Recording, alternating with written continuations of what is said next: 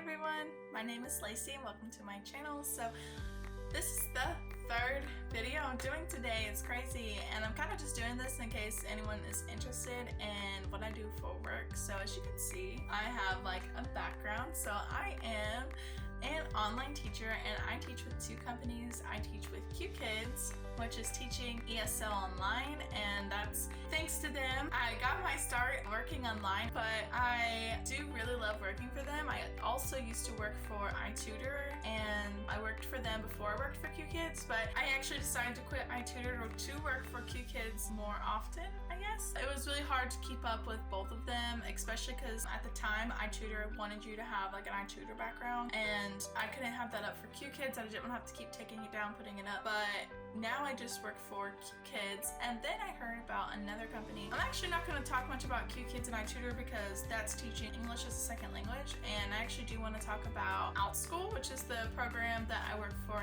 now, and I actually teach art. And so I'm super excited to talk to you guys about this. If you are interested in hearing about Q Kids or iTutor, I would tell you guys about that too, but today we're just going to talk about Outschool. So just let me know what you guys want to know.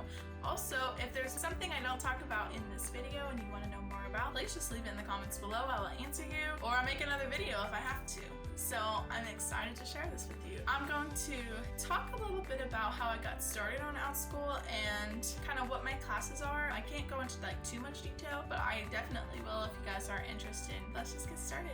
First of all, I'm following a lot of groups on Facebook for teaching online, so that's how I heard about Outschool, and I was quickly interested because it kind of reminds me of something like Skillshare. I was quickly interested because they said that you can literally teach anything, and when I say you can literally teach anything, I really mean that. Like, there's classes where people teach video games, there's classes where people have fan groups. So like if you're a fan of something, then you can find a group where you guys can just like hang out and talk about that, and they're kind of like clubs, I guess. So there's different types of classes. I think there's 4 different types of classes. We have one-time class. Your students come one time and they could technically sign up for it again, but mostly they don't. And then you have your ongoing classes. These just go on for as long as you want, and the students sign up like it's a subscription. And then you have flex classes, which you pre-record and then they can watch it at any time, but I think you have to do at least 4 weeks, so like 4 videos at a time. Then you have short courses, which meet 1 or more times a week for 2 to 7 weeks.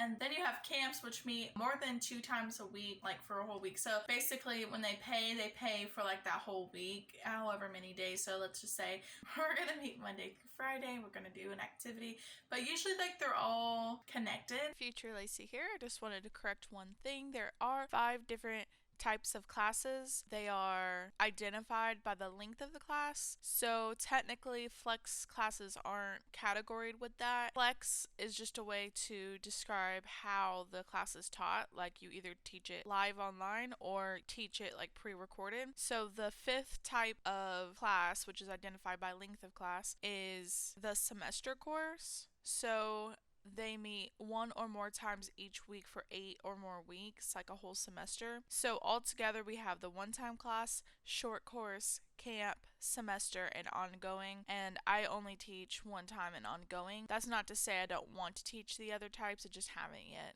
I just wanted to clarify that, and I hope all of that makes sense. I really have been doing one time and ongoing, and I'm excited to share that with you. So I got hired first try quite a while ago. I think it was in the fall, but then I never had time to do it because I kept having peak season at Q Kids, my other job. So I just never got around to doing it. I had posted a couple classes, never got a student. It was just like, what am I doing wrong? So unlike Q Kids I get paid per class, but on Outschool I have more control over what I'm doing. So I can control how many students are in the class, when the class is, what time it is. It could be any time or any day of the week, and because they teach over 100 countries, so also you get to decide how much you're going to get paid. That being said, if you'd say like an absurd amount for the class, maybe nobody's going to take your class. So I think that was kind of my problem, was that you really have to build your reputation. The more people take your class, they can give you good reviews. Parents can see that, and before that, no one knows you. They don't know if you're a good teacher. They don't want to spend $20 a class or something that's not how much I had said my class was, but for a teacher, they don't know. They don't know if you're going to be good or not. So I basically lowered my price and I did what I felt was kind of a no pressure class. So it was called Animal Doodles. And I felt like doodling, it's no pressure. We're just going to do a little step-by-step animals and see how it comes out. So I was super excited to be able to do that. And basically what I did was I drew some little animals, and then I had my friend trace it and make it virtual for me so I can give my students this coloring page at the end of class, which is so fun. And also something that she did to help me was trace each of my animals and make them into a little template, and the reason you can't see it is because it's very, very light, and that's so I can trace over it and I don't have to try to get all my proportions correct while I'm teaching the class. So that's how I do my little step-by-step, super easy. And I also talk to the students, try to help them socialize with me and with the other students, and just ask them questions like, what's your favorite animal? If you were an animal, what animal would you be? And ask them, oh, do you want to name your animal? And things like that. And it's really fun. I really love doing that with the students. And I keep all of my stuff in this folder, so if you see me rummaging around, that's why. And then after that, I did a dessert doodle class. So same concept, but we have desserts. And then I did mother animals with their babies, and this was for Mother's Day, and I made it into a card. But now the kids can just take it whenever. It doesn't have to be for Mother's Day. Also, if there's like one student in the class, I will often let them pick an animal too, and we can draw it. But it's a little bit harder with a lot of students because I obviously can't do like every single animal that every child wants, but it's pretty fun. And also, if you saw that they had little numbers on there, that's when the students can't decide together what animal. And I have like a little bag and I pull out a number. That's how we decide, because I try to be really fair. I don't want to disappoint any of the students. And really, I was just starting out with a lot of one-time classes, and then I kind of got more ideas and more ideas of stuff that I want to do, and I want to do so many classes, it's just really impossible. But I'm going to show you my ongoing classes. So I have ongoing Animal Doodles, because Animal Doodles is like the fan favorite right now. So this month we're doing farm animals, and we have different animals that we do each week. So these are the animals we've done in the first couple of weeks. We have duck, rabbit, horse, rooster, pig, chicken, goose, llama, and goat. So that's really fun. I have some students in there. And this one, it's ongoing Pokemon class. So we have drawing Pokemon. We have Porygon, Lickitung, Ditto. We have Chansey, Snorlax, Meow. We have Eevee, Tauros, and Rattata. And so these are all normal Pokemon. They're all first gen normal. So that's what I'm doing for the first month. And then the second month, I'm gonna go to a different type. So I think we have fire next month, and then water Pokemon the next month. And just like the Animal Doodle class, the first month we're doing farm animals, and the second I think is tropical animals, and then aquatic animals the next month. And I like to give them quite a few options, so that way they have something to choose from.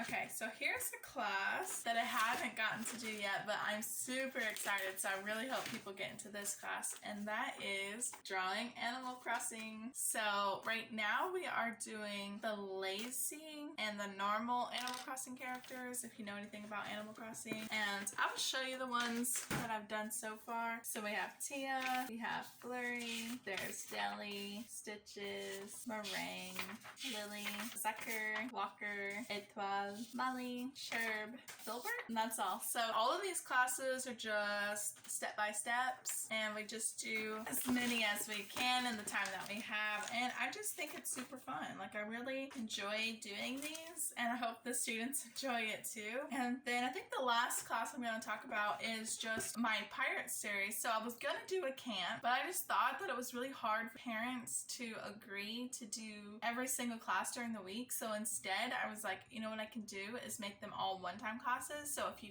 can come to all of them, great. If you can't, no problem. So I've taught a couple of these, and we have draw yourself as a pirate. So the kids get this little template, and then we're gonna draw or make them look like pirates. So I have some little examples. We have like a little boy pirate, another little boy pirate. We have a girl pirate and another little girl pirate. We have making parrots, paper parrot puppets. We have making pirate jewelry.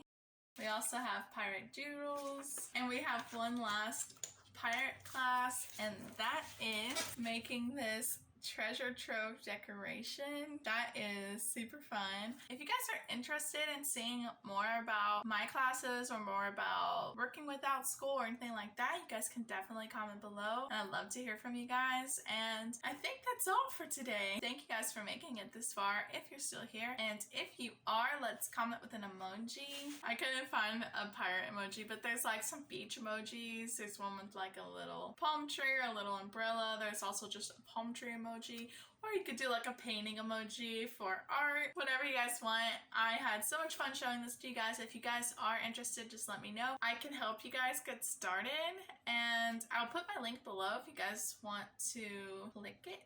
But you don't have to. But if you do, you should let me know and I can help you guys through the process. And if you guys want to see more about Outschool or QKids or iTutor or anything like that, just let me know. I'll be super excited to show you guys. And if you're just here from getting linked because you search for Outschool, I also show and kind of teach crafts and maybe a little bit of like art technique and stuff on YouTube, so you guys can check those videos out, and I'd be super happy to answer any questions that you have. Thanks again for making it this far. Couldn't do this without you guys. If you guys like this video, please give it a big thumbs up and subscribe, as that helps me and my channel, and I hope to see you guys next time. Or if you guys are a parent and you want to have your kids take my class, that would be so fun, and I'll be so excited to see them in class. So thanks everyone. Gonna see you guys next time. Bye.